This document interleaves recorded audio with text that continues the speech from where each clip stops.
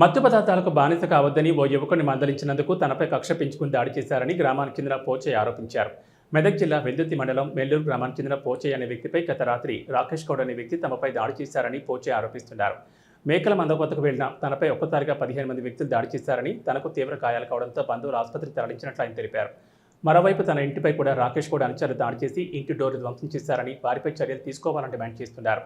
పాత కక్షల నేపథ్యంలో తమపై దాడి చేసి సర్పంచ్ అభ్యర్థిపై నెపం నెట్టివేస్తున్నారని ఆయన అన్నారు.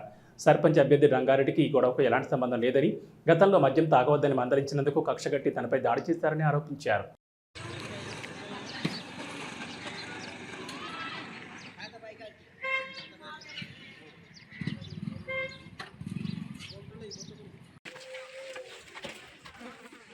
అసలు ఏం జరిగింది? ఈ గొడవకు రంగారెడ్డికి పార్టీకి మాకేం సంబంధం లేదు.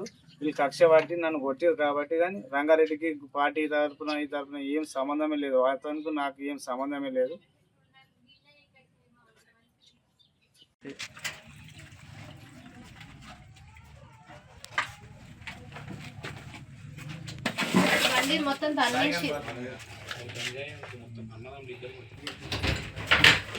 ఇది కూడా ఒట్టిగానే ఇది చేసేసి లేదు. మా ఇంటి మీదకి వచ్చి వాళ్ళే దాడి చేసి ఇది చేసినారు. బండి మీద వచ్చి తన్నడము ఇది చేయడం వలన నేను వచ్చి ఎందుకు అట్లా చేస్తున్నారు, దేని గురించి అని మా మీద అంత దాడితోటి వస్తున్నారు అంటే, నాకు పాత పగలతోటి ఇది వేసుకొని ఉంటున్నా అన్నట్టు ఇది వేసుకొని నేను ఎట్లనైనా చేసి పోసేయాలి చంపేస్తాను అన్నట్టు వాళ్ళే ఇది చేస్తున్నారు. పంజశిబులు అది శంకర్ గౌడ్ వాళ్ళ పెద్ద కొడుకు, ఒక 5-6 వల్ల ఉన్నారు వాళ్ళు. స్మోకింగ్ వీళ్ళు మత్తు ప్రాధాన్యతంగా తాగుతుంటే బెదిరిస్తుంటే వీళ్ళు 15 రోజుల నుంచి పగబట్టి నా మీద కక్ష చేసి రాత్రి ఎలక్షన్ టైంలో నైటు నన్ను దొరకబట్టి ఒక్కరిని చూసి 15 మంది కొట్టారు.